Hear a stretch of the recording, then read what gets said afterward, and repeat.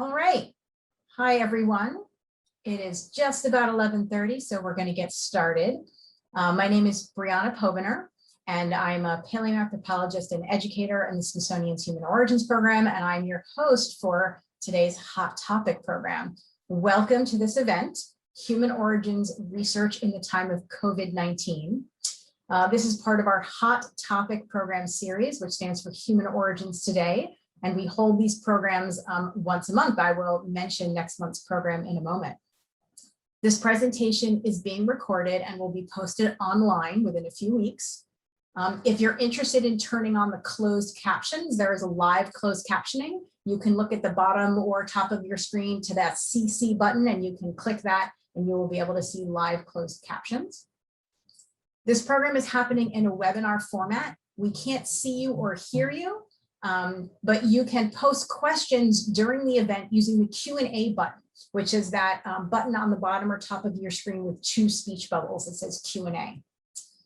So I'll just go over the structure of the program. After this introduction, I'm going to turn off my microphone and video. Our program speaker, Rick Potts, will come on screen, and he will give a presentation for about half the time of our hour-long program. And then I will come back on screen and I will ask Rick some of the questions that you've posted in the Q&A. During the presentation, I will also write answers to some of your questions in the Q&A, at least any that I can answer. And we also have with us behind the scenes today, Human Origins Program postdoctoral fellow, Dr. Grace Veach, who will also be helping to answer some of your questions. Next month, if you're interested in signing up and tuning in, our Hot Topic program will be on October 21st at 11:30 a.m. And it will feature Dr. Mark Kissel from Appalachian State University talking about the evolution of human warfare and peacefare. So I'm going to introduce Dr. Potts now. So paleoanthropologist Dr. Rick Potts has the Smithsonian's Human Origins Program and holds the Peter Buck Chair in Human Origins at the National Museum of Natural History. Since joining the Smithsonian in 1985, Rick has dedicated his research to piecing together the record of Earth's environmental change and human adaptation. His ideas on how human evolution responded to environmental instability have stimulated wide attention and new research in several scientific fields. Rick has developed international collaborations among scientists interested in the ecological aspects of human evolution. He leads excavations at early human sites in the East African Rift Valley, including the famous hand-axe site of Olorgesailie, Kenya, and Kanam near Lake Victoria, Kenya. Rick also leads the team that recovered the first long sediment core drilled from an early human site in East Africa. This core preserves a high-resolution archive of environmental dynamics over the past 1 million years. He has also co-directed projects in southern and northern China that compare evidence of early human behavior and environments from East Africa to East Asia. Rick received his PhD in biological anthropology from Harvard University in 1982, after which he taught anthropology at Yale University and served as curator of physical anthropology at the Yale Peabody Museum. Rick is curator of the Hall of Human Origins at the Smithsonian's National Museum of Natural History and of the traveling exhibition Exploring Human Origins, leading a Smithsonian team touring the US with the exhibition. Rick also co-authored the permanent exhibition companion book, What Does It Mean to Be Human? And when he's not time traveling in the East African Rift Valley and elsewhere, Rick enjoys singing, Halloween, and the Phillies. So I would like to invite Rick to turn on his camera and he will share his screen and start his presentation. So thanks so much for being here, Rick. Oh, we are not hearing your audio.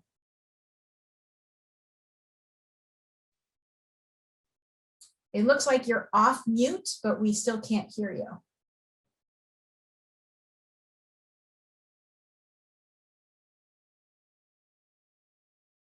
Nope, not yet. You cannot hear me now? Now we can hear you. Fantastic. Okay. Can you hear me well? Yes, thanks. Okay, very good. Thanks very much, Briana. Thank you, Briana, for the introduction. I didn't think the Phillies would be brought up in the introduction, but so be it. And much appreciation to you, the audience. Really pleased to be with you, and we're very happy and grateful for you being here with us today. Our work in the Human Origins program is to study human ancestry, especially the species that came before our own species, to study those ancient ways of life and adaptations to that those species had to their surroundings. As you may well know, Homo sapiens, which is the name of our species, is a very young species, relatively speaking. We first appear in the fossil record about 300,000 years ago. And what came before us is wonderful. It's fascinating, and it requires discovering evidence, not only fossils of earlier species, but also evidence of their ways of life and the places and habitats in which they lived. And so in order to do this, the work of anthropologists and paleontologists requires going places. Our fieldwork requires traveling to other countries. And the place where my research team and I have worked for a very long time is Kenya, a country in the eastern part of Africa. And Africa is the continent with the oldest and longest record where the immediate ancestors and relatives of our species evolved. I've spent over 4 decades doing work in Eastern Africa, and our studies in Kenya over the years have led to a whole slew of questions that we wish to answer. And that's why we go there every year until the summer of 2020 and the summer of this year. And so what this slide shows is research sites of our work at the Smithsonian in the study of human origins. And you can see some areas of Eastern Asia in China, Indonesia. Briana has laboratory work and collaborators in Europe and Romania. But you can see that a lot of our work is focused on Eastern Africa.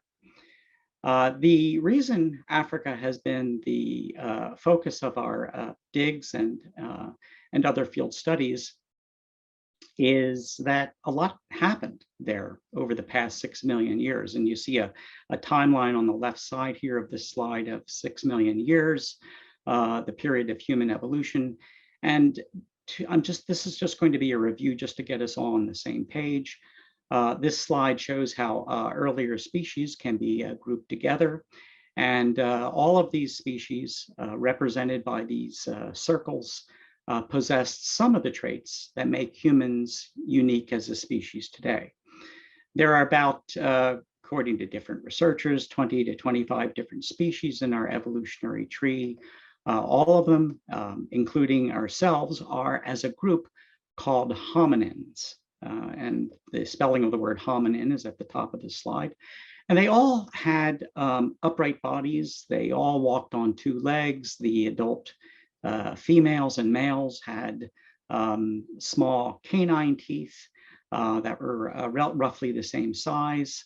And that's different from other primates, which is the biological group to which we human beings belong. And in the other species of primates, the males have larger canine teeth than the females, and they don't walk upright generally. They can on occasion, but generally they do not. And so there's a whole variety of things that distinguish our evolutionary tree from those of other primates. And various traits have changed over time. You all know about the evolution of larger brains, but in some of these lineages or species, sometimes they're developed smaller brains. Some species had larger teeth and faces, others smaller teeth and faces. And so the different appearances seen in the fossils, seen in the fossil record, are how we can identify different branches of the tree, different species, and the groupings of species. Much of what occurred is an African story. And even our own species, Homo sapiens, first arose in Africa.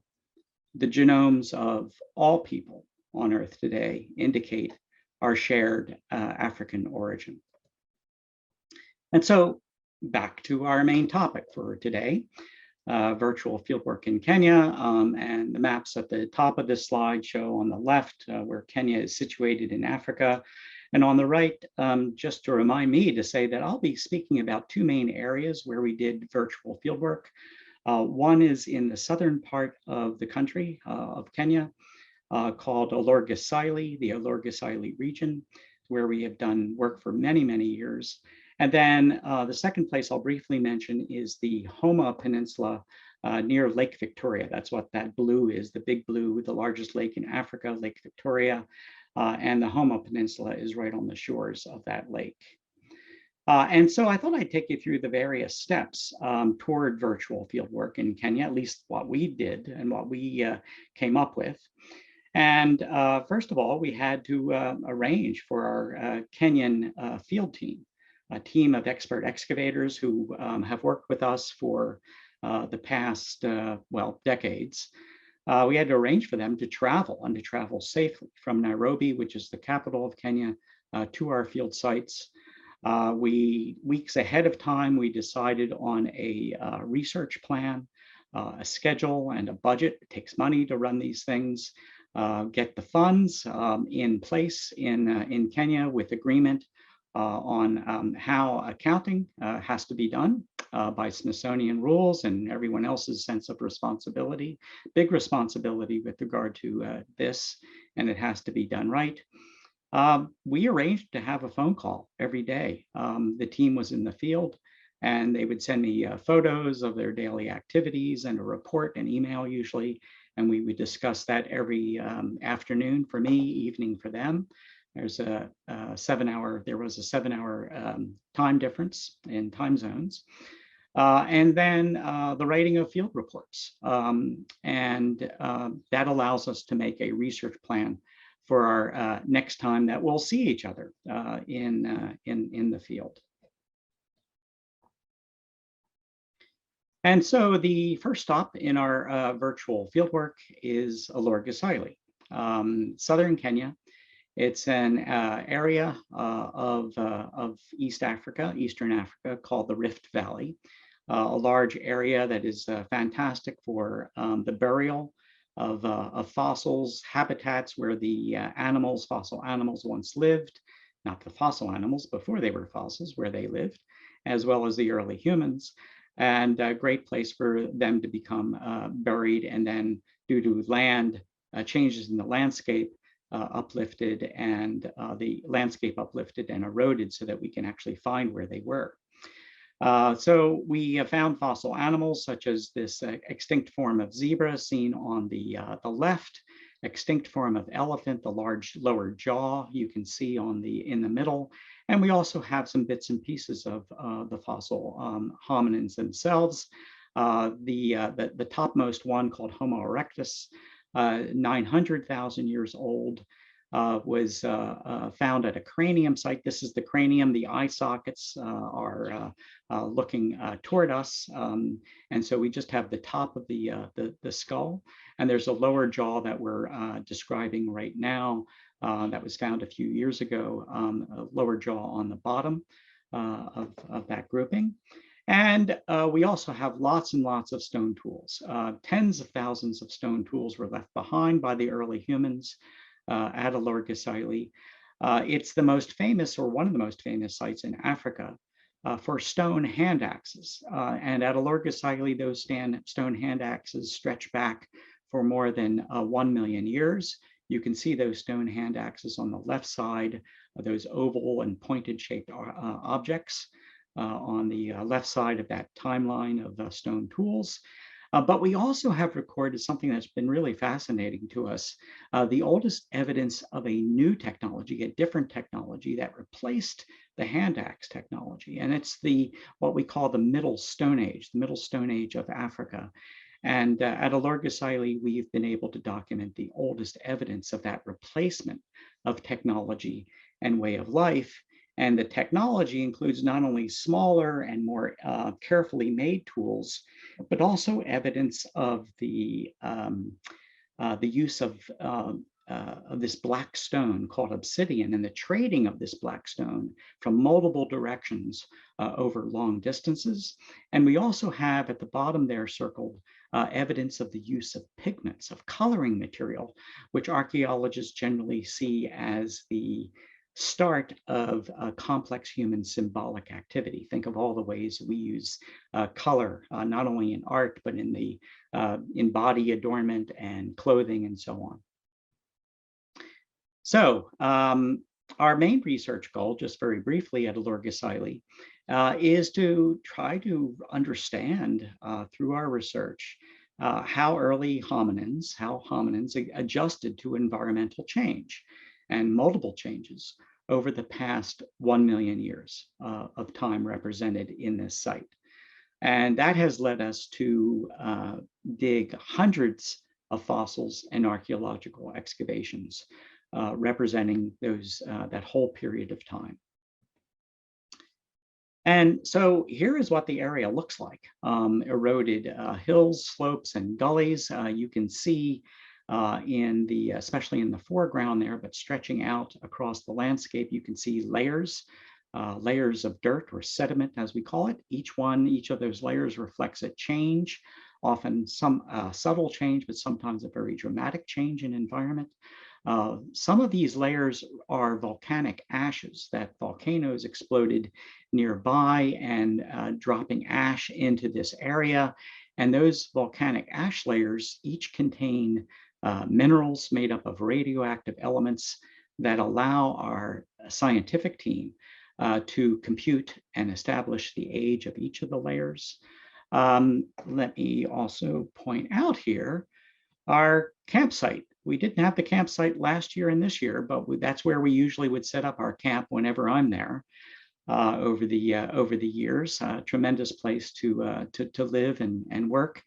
And also in the distance is a site museum that the National Museums of Kenya, our major partner in Kenya, oversees. And it's the site museum that made it urgent for us to have our Kenyan field team go to Olorgesailie this summer. Here is a view of that site museum right at the place. It's a place where visitors and many school children go to visit, to look at the displays that we have set up. There is also a walking trail that leads you through some of the excavations that the famed team Lewis and Mary Leakey excavated, going way back to the 1940s. And also a famous archaeologist named Glenn Isaac did excavations here in the early 1960s. And on the top view, just beyond those two buildings on the right where people can stay overnight, just beyond those two, we have a storage area for our stone tool collections. And those stone tool collections are the things that we like to study when we're in the field. And in March, the roof of that building blew off in a rainstorm, in a windstorm. And we sent a crew down there of 3 of our team who volunteered to go down there to make some immediate repairs. But in July of this year, we had an expert team of carpenters and masoners and others working to rebuild the shelter, put a new roof on. Everything had to be moved out, including all of the collections. Moving out those collections allowed one of our key members of our group, Sylvester Musioka, who works at the National Museums of Kenya, to replace any of the bags and information that had begun to be damaged. And so he did a wonderful job doing that. When we had to put in a new floor, and this is Muthiani Maku, who's our expert in laying that floor. And then all of the trays of specimens were put back into the building and covered over. And this is the great result, the green building in the back, with the team that I owe a tremendous degree of thanks to, who rebuilt the shelter, Mbuvi Mutaka, Muthiani Maku, let's see who else is there, Sila and Zibo, Sylvester Musembe Musioka, Muthengi Kyoko, and the photographer, who's not in the picture taking the photograph, is Joshua Nzioki Mativo. And Mativo is the foreman of our crew during our regular field seasons. And so not only did they rebuild the building, but they also conducted a survey, a research survey. Olorgesailie and our work there is a collaboration between the Smithsonian Human Origins Program and the National Museums of Kenya. And I thought I'd just take you through how the survey and the evaluation of the fossil sites that they went down there to assess, how that took place. It starts by walking across the landscape, walking, and looking with sharp eyes. Walking to that part of the landscape where there are eroded hillsides and gullies, where wind and water have eroded the layers of sediment and exposing layers where fossils and stone tools may be tumbling out of those layers. And here, Sylvester Musioka and a local member of our crew, Kakai Olemindo. Kakai has been working with us for about 25 years now. They're on survey, and what they do is they check on the status of the sites, the old sites where we have excavated. They see if there's anything eroding out that needs to be collected. They did collect a number of fossils and stone tools, artifacts. They took extensive notes. They took careful GPS coordinates of every place where a fossil or stone tool was found. They took a sample of the sediment with each of the pieces that they collected, and they took a heck of a lot of photographs that document the collection place of each fossil that they got and brought back to Nairobi to the museum. They collected only those objects that were at risk, that is, in a place where a seasonal rainstorm could wash the piece away and be lost forever. So Kakai and Musembi reach one of our long-term excavations, and this is a site where 1 million years ago, an elephant, an extinct form of elephant today, but was very prominent on the landscape 1 million years ago, but where an elephant died and was butchered for food. We see cut marks, butchery marks on the bones, indicating that the stone tools that surrounded this large elephant was butchered for meat. Also, here's Nzioki Mativo. He's made a fossil discovery, always a happy thing, and Mativo is a joyful person anyway, wonderful to work with. This is just a selection of some of the finds and that they made. You may recall that earlier in the presentation, I pointed to a hominin fossil, a skull, a cranium that had been found. Well, this is the hominin cranium site that they revisited, and they last year and this year found 4 interesting pieces that they collected and want me to look at and to see whether they may be more of the skeleton of that particular early human. That's on the upper left, where the guys are pointing different places where they made the collection. On the upper right, selection of finds. These are fossil teeth of a crocodile in the middle. That's 615,000 years old. And also a tooth of a zebra that's about 1 million years old. Lower right, suid. What do you think a suid means? Well, suids is the biological group of pigs and ancient wild pigs. And this is a fragment of a molar. That's a most interesting one in terms of its age. Maybe one of the last known of its kind in Eastern Africa. And can't wait to get there to look at that.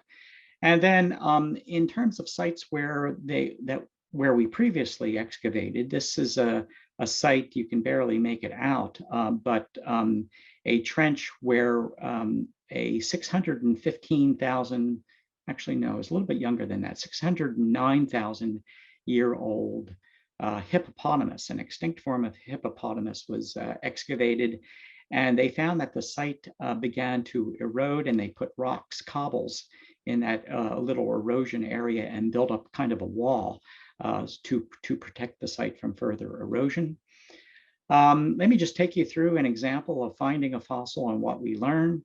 Erosion since last year due to rain and wind allows a member of our team, Kakai, to spot an interesting tooth. And it is a fossil tooth of an elephant. And so the question is, and there's the tooth as he first found it on the left, along with a scale for photography that he and Sylvester put down there to take the photograph. And you can see that the fossil is just being exposed, just eroding out from being embedded in the layer of sediment. But what kind of species of elephant is it? What species? And so we have this species of elephant that I mentioned earlier at that butchery site that's well known. It has the name Elephas recchi is the name of that species. And there's the lower jaw of it again on the right. And you can compare the molars and they actually look a little bit different from one another. And it turns out that Elephas, the extinct form of elephant in Africa, it still lives, that form of elephant still lives or a descendant of it still lives in Asia. But Elephas has these plates that are very, very closely packed together. And perhaps you can see those tooth plates labeled C and D on the right side under Elephas. And as the tooth is eroded, as the animal chews during its lifetime, those plates maintain that distance all the way down. Whereas the modern day African elephant is Loxodonta, and it has different looking tooth plates, again, as you can see with C and D on the left side under Loxodonta. And as the tooth erodes, the areas become wider and wider and wider. And so this is a photo that Sylvester, when he got back to the museum, sent me. And it looks like that fossil tooth that Kakai found is quite closely matched by the modern African elephant known as Loxodonta africana. And it's not a lower molar tooth, but rather an upper. And so that's really exciting. Why is that interesting to us? Well, elephants, they eat a lot of plants, and they are often referred to as ecosystem engineers. And what ecosystem engineers are is that they are species that change the environment and the vegetation to such a degree by eating plants on a large scale. And they create changes in what other plant-eating species of antelopes and pigs and zebras and rhinoceroses and hippopotamuses, what species can thrive in that same area? Well, it turns out that Elephas was a specialized grazing animal. It could eat grass, and it ate a lot of grass, whereas the modern day elephant, Loxodonta, tends to eat leaves from trees rather than grass. It eats leaves from trees and low-lying shrubs. And so this transition from one form of elephant to another form of elephant very early on, by about 500,000 years ago in southern Kenya, is really, really interesting ecologically and tells us something important was going on in the environment in which early humans were living. This is a place where the team also visited. This is actually a slide, a photo from 2004. And it's the oldest stone hand axe site at Olorgesailie, dated to about 1.2 million years ago. And you can see visitors are there to look inside of the excavation pit. And I'm there standing on the little balk area right on the edge, behind the little river channel, explaining this site to the former director of our museum, the National Museum of Natural History, Christian Samper. And we covered over the site so that we could then uncover it again to show to visitors, because it's an interesting and important site. Well, when the Kenyan team visited it this summer, here's what they found. This is a photo from the opposite view, and that balk area where we were standing right next to the river has completely collapsed. And so what the team did was that they found that the artifacts themselves were not eroded away, but they built up a wall. You could see the beginning of a wall of big stones to prevent further erosion. And it looks quite solid.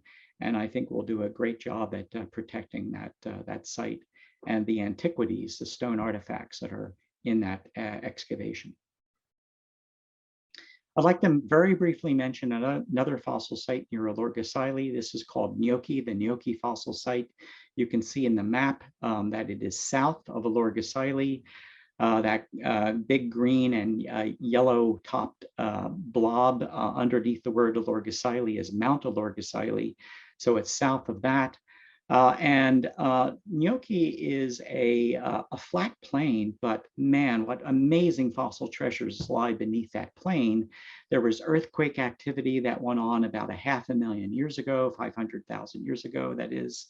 And animals fell into the cracks that developed along where the ground separated during the earthquakes, and bones were washed in. And so we have a really, really neat snapshot of an ancient fossil ecosystem 500 to 400,000 years ago, which was a very important time of change in early human evolution.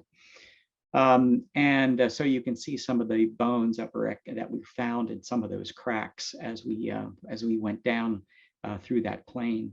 On the lower left, I just want to emphasize that and at Olorgesailie and Gnocchi and at the other sites that we excavated or that we visited this summer, we wanted to pay research fees to the landowners. We always do this every year.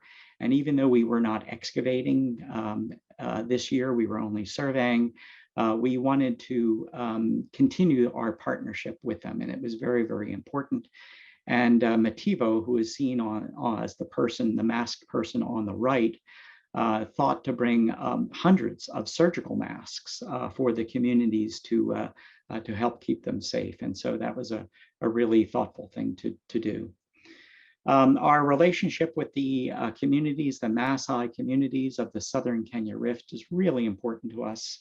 That relationship, and these are all photos, not from this year, but from other years, involves showing school children and adults our excavations. In the upper right, I always bring leaders from the Maasai communities to the local communities to Nairobi to see the fossils and stone tools that we've excavated each year and where the materials are kept for safekeeping for the country of Kenya. And in the lower right, even planning for a Maasai Cultural Heritage Museum that we're trying to help out on and have them build. So this relationship is really very important to us, and we were able to maintain it even during the time of COVID. After the field season at Olorgesailie was completed, the team went out to the west, to the Homa Peninsula. Again, I'll just mention this very quickly. You can see where the Homa Peninsula is based. You can see a satellite photo of some of the sites where we work. And I want to especially acknowledge Dr. Tom Plummer, who's at City University of New York, Queens in New York City. And Tom is the co-director of the work on the Homa Peninsula with me, and has really taken charge of many of the excavations, most of the excavations over the course of the last several decades. At a place called Kanjera South, our team's excavations, led by Tom, has made some pretty interesting discoveries, oldest evidence of early humans occupying a 100% grassland environment. Also evidence of consistent or persistent meat eating level after level with cut marks on the bones. This is 2 million years ago, this evidence comes from. And oldest evidence of transporting stone, carrying stone for making stone tools over distances of up to about 8 miles, which is a pretty long distance for that long ago, 2 million years ago. In addition, that upper left slide, these next slides will come from Nyanga on the western tip of the Homa Peninsula.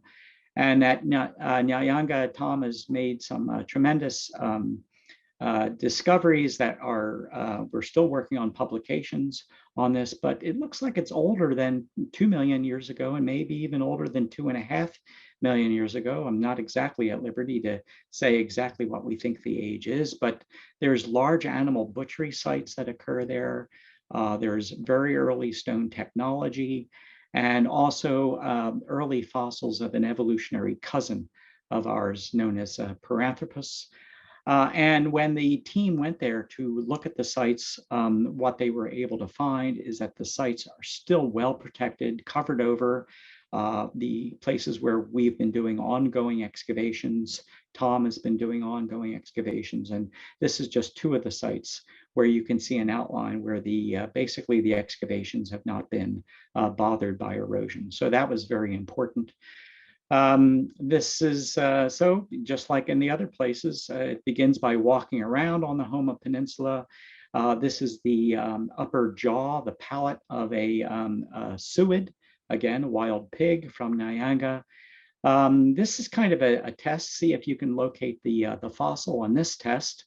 But, you know, walking along, this is what you have to keep your eyes out for. Perhaps the audience has already spotted it, and time's up. And there it is, and it's a couple of monkey teeth embedded in the jaw. And this is kind of interesting. It looks like it's a form of monkey that may be older than 2.5 million years old. So that'll be really interesting for us to inspect when we get a chance to go back to Kenya. And again, I want to acknowledge the team in the time of COVID, Mativo on the left, Blasto Onyango, who's grew up locally in Western Kenya, has worked for many years with the National Museums of Kenya and is part of our crew. Muthengi and Sylvester, you've met already. And then on the right side, Bernard Mukilia, who's the assistant foreman of our team during our regular field seasons. Finally, I do want to mention that while conducting field work at a distance is really exciting. It was more exciting than I imagined. Getting that phone call every day and talking about what the finds were was really interesting. But besides that, there were other things to do during the pandemic. Our teams were busy writing and publishing papers based on our previous field work. One example is, and Briana mentioned this in the introduction, our drilling project at Olorgesailie, and that red dot shows the drill core sites. I never thought as a paleoanthropologist I would do this kind of work, but it was interesting to get the first drill cores out from an East African early human site. It's in the area called Kora, just south of Olorgesailie.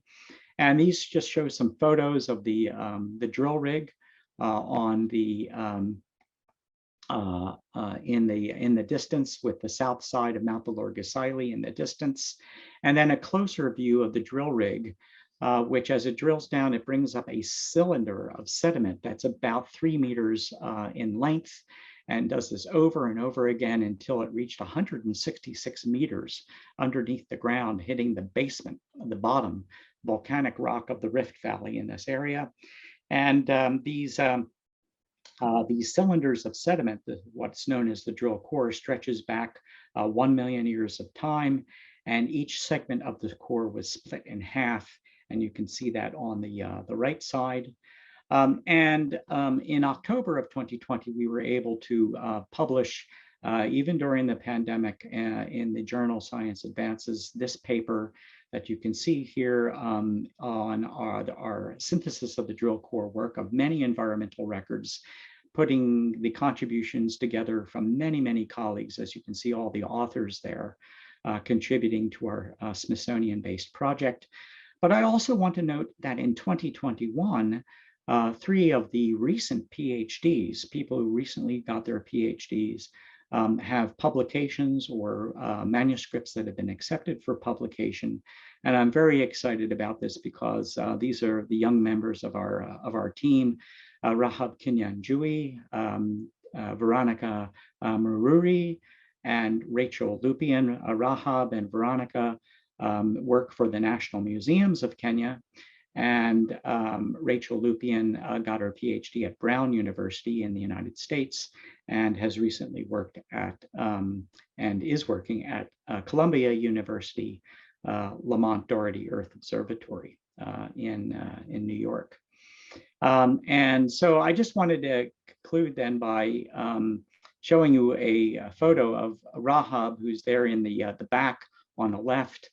She is a very special member of our team, is with me, co-PI, co-principal investigator on the Kenya side of our research. And this is a photo, image of the paper that's been accepted of her work on these little tiny silica particles called phytoliths, which are made by plants, plant roots, plant leaves, plant stems, blossoms, and so on, that tell us the nature of the vegetation through time over the last 1 million years. And so this is a really neat approach that Rahab takes to understanding ancient vegetation and ecological changes. And the gentleman on the in the front part of that photo on the left is Mr. Francis Indorito Muchemi, who has been working with our field team for a couple of years. And he is now at Georgia State University, and we're supporting his PhD research there. And you can see both Francis and Rahab sampling part of the drill core.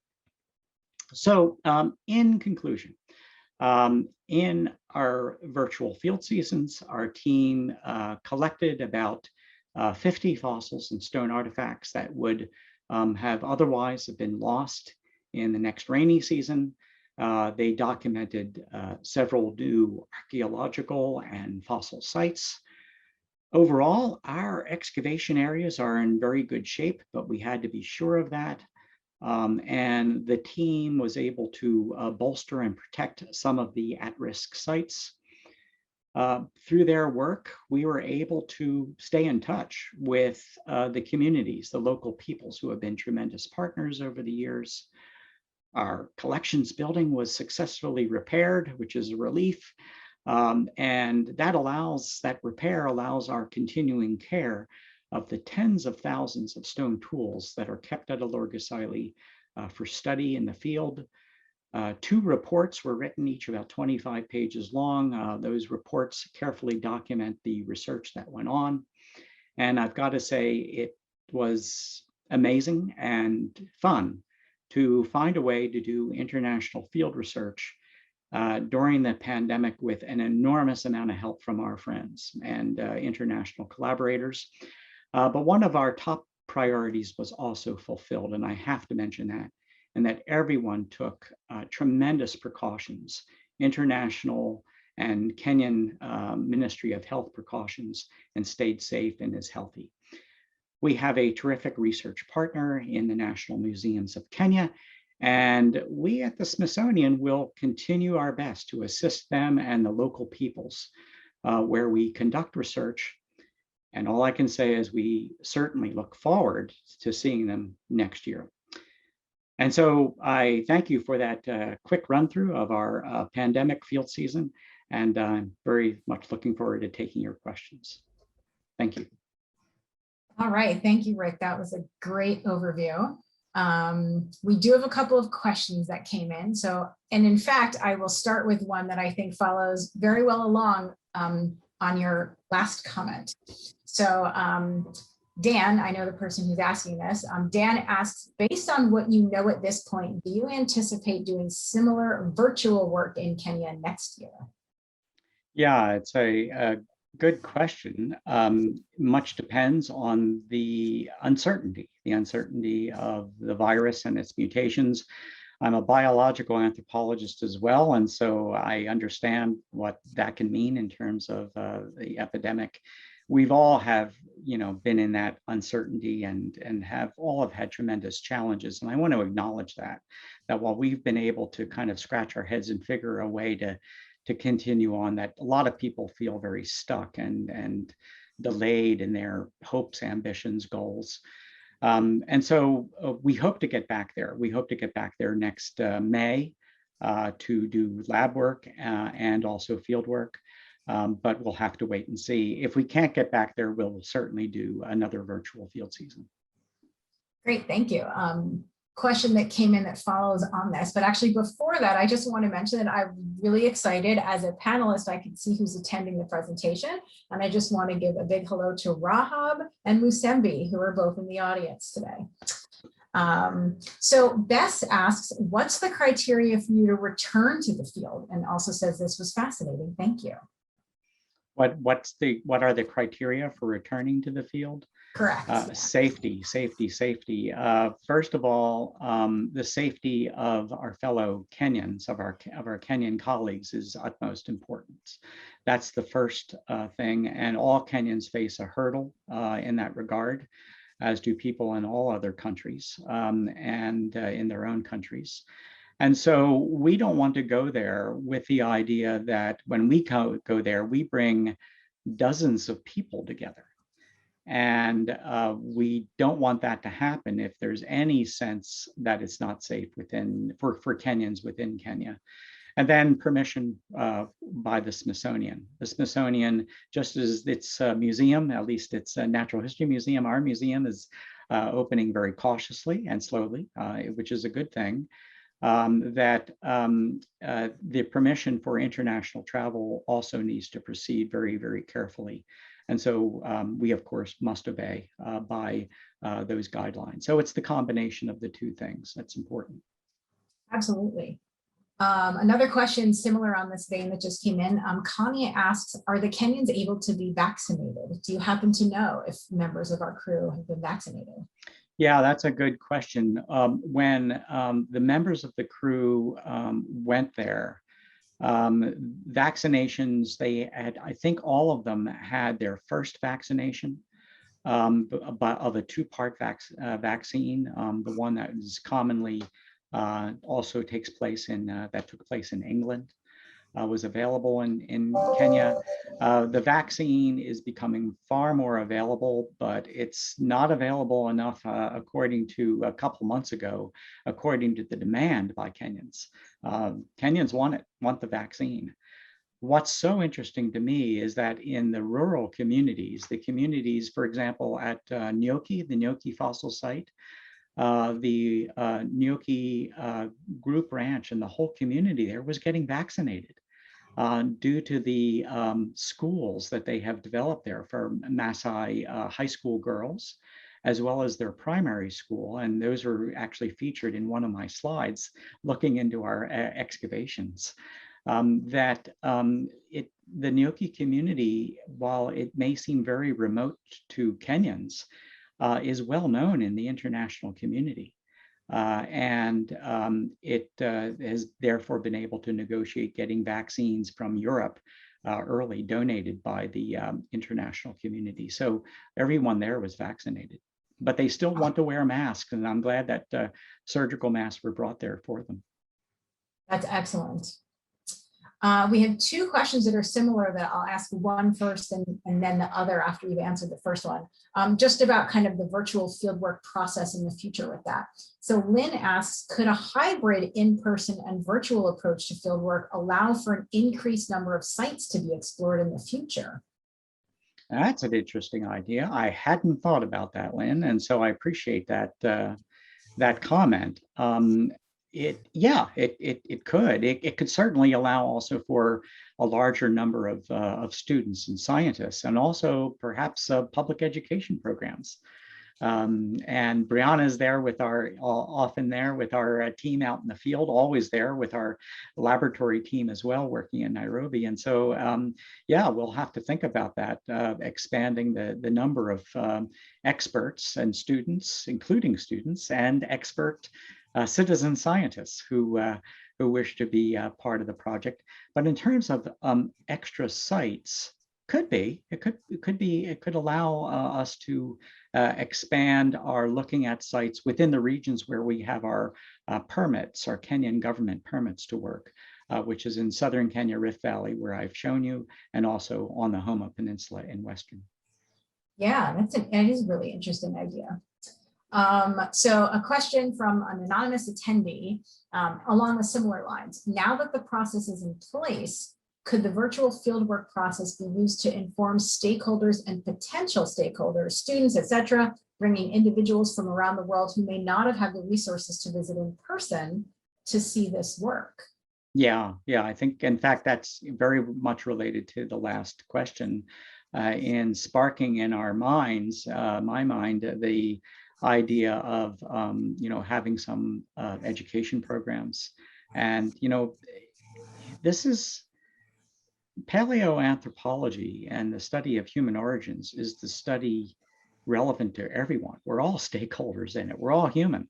And to be able to understand some of the steps in the process and the conditions surrounding the emergence of our own species on the planet, we're all stakeholders. So I love that idea of using that term and making education programs available to everyone through this means. So Briana will have to brainstorm after this about how we should do this in the future.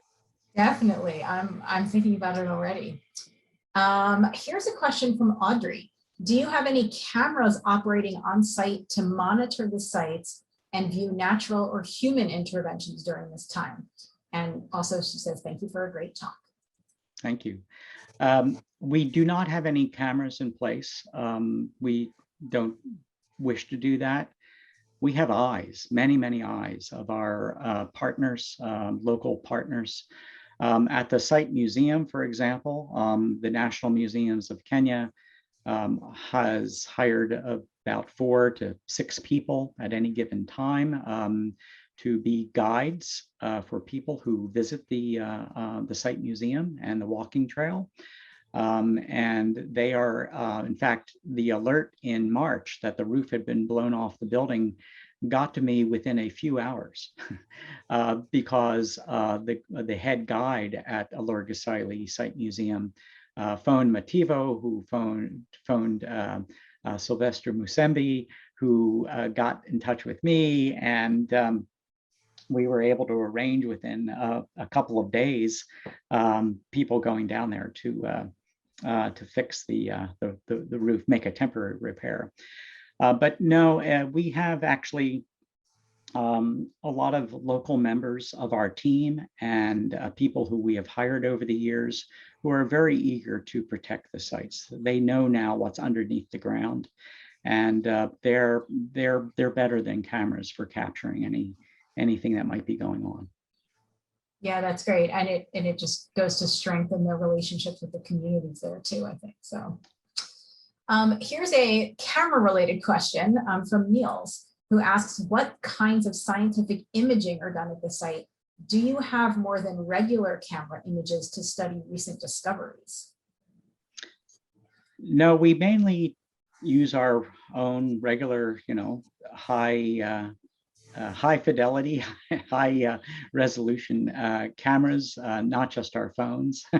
and so we do this all the time. And in fact, we were able to provide a really excellent camera for Sylvester to take photos and for Mativo to take photos of everything they found. When they would find something, they would take a close-up of its exact location, a finger pointing to the exact layer, and then would move further away, and so that we could take the big view with the person still pointing at where the fossil or stone tool came from.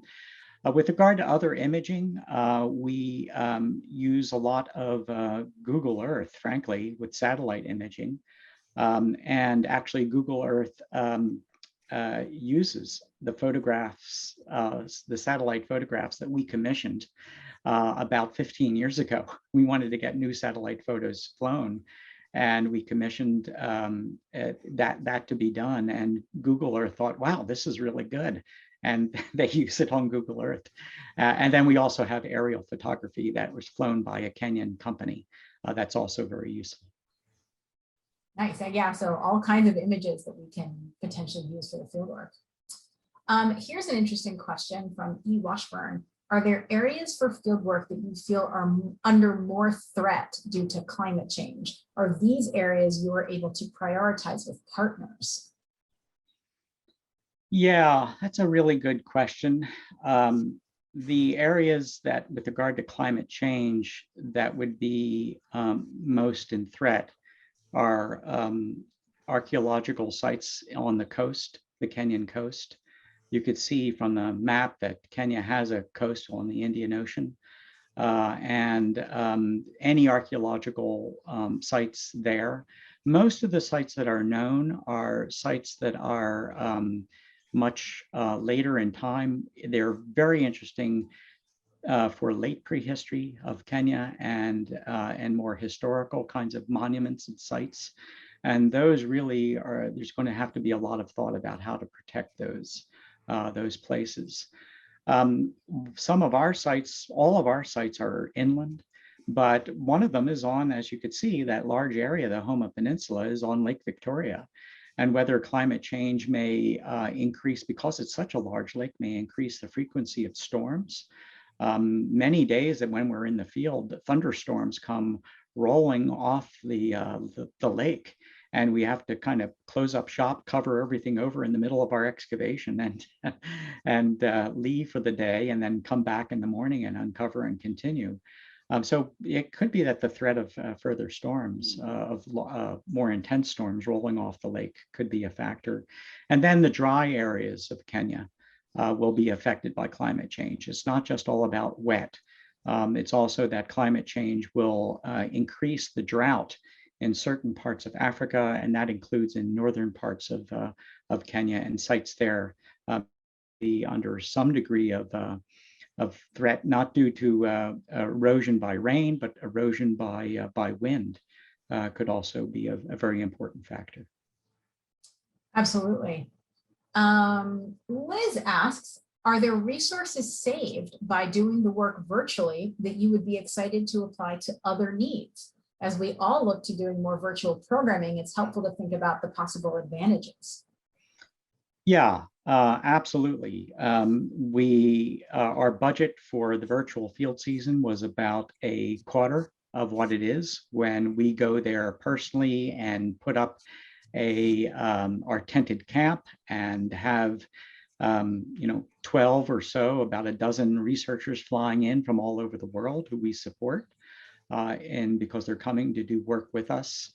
And also hiring a local Kenyan crew that's about 3 times larger than the number of scientists and students from other places.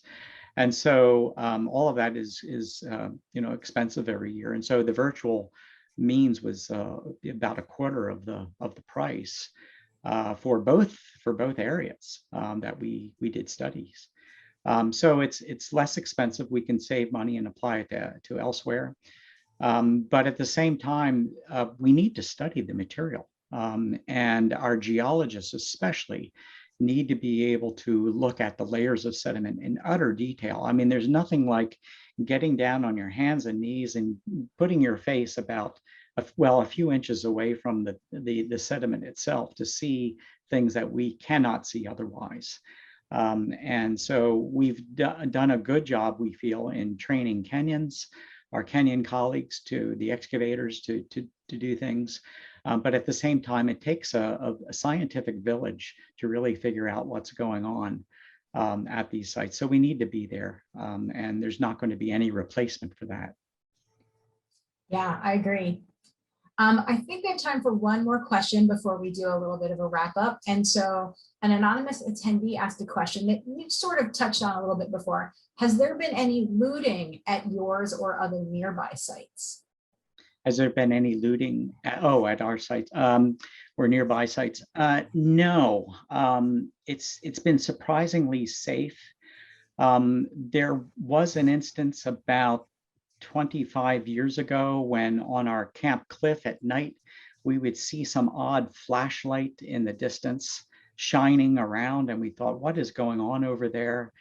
And we would see it on several nights in a row, and we went over there, and we didn't find any evidence of anything, except it turned out that there is a person, a local person, not an African Kenyan, but a colonial Kenyan, if I may put it that way, who just thought collecting things was his right and his privilege, when in fact it belongs as part of the antiquities of Kenya. And it's our responsibility to protect them. And he passed away and had collected dozens of hand axes from that particular place on the landscape where we saw his flashlight. And so that was qualified as looting, but we were able to recover them, and they're at least able to be used for education purposes at the National Museums of Kenya. So other than that, there hasn't been really any concern that we've had. Again, many eyes and ears of our local partners there, that makes a big difference. Excellent. And I'm actually going to squeeze one more question in that just came in from Luis. What do you think about the possibility to get 3D scanner images, like digital data, from the local sites in Africa and to reproduce these pieces, fossils and stone tools with 3D printers in the USA? Is that possible and useful? Yeah, indeed, it's very possible. And Briana maybe knows more about this than I do. And that at a footprint site in Tanzania, northern Tanzania, where you work, Briana, that our Smithsonian 3D digitization team with digitization cameras, 3D cameras, were able to capture the footprints and reproduce them. And so, yes, that's quite possible. And I think that if we had for example, at that elephant butchery site that we excavated, that was a long time ago, before there was any kind of 3D cameras and 3D digitization available to us. That would have been a fantastic site to apply that to and to reconstruct it. And so, yeah, that would be very, very possible, but it would have to be a very important site and uniquely important site to be able to pick up the 3D data. Let me just finish by mentioning that we collect 3D coordinates on every object that we lift in excavation. We have a laser transit, what's called an EDM transit, that records every object north, south, and elevation above the sea level at Mombasa, and assign that to every object that's lifted in excavation. So we do very much treasure 3D data. Absolutely. And the last thing I'll do as we wrap up is I just want to plug for people who are interested in finding out more about the research at Olorgesailie, in Western Kenya, as well at Kanjera, Kanam. You can find some links to those sites on our website, humanorigins.si.edu. And if you're interested in visualizing, looking at 3D collections of fossils and artifacts, we have a whole collection of those that are now hosted on the Smithsonian's 3D digitization site, 3d.si.edu. So, have fun exploring. It was great fun for me to get a little bit of a virtual visit to Olorgesailie because I haven't been there in quite a while. And before we sign off, I just want to remind folks that our next hot topic will be on October 21st at 11:30 a.m. And Dr. Mark Kissel will be talking about the evolution of human warfare and peacefare. So thank you everybody for coming, and a recording of this talk will be posted on the National Museum of Natural History website within a couple of weeks.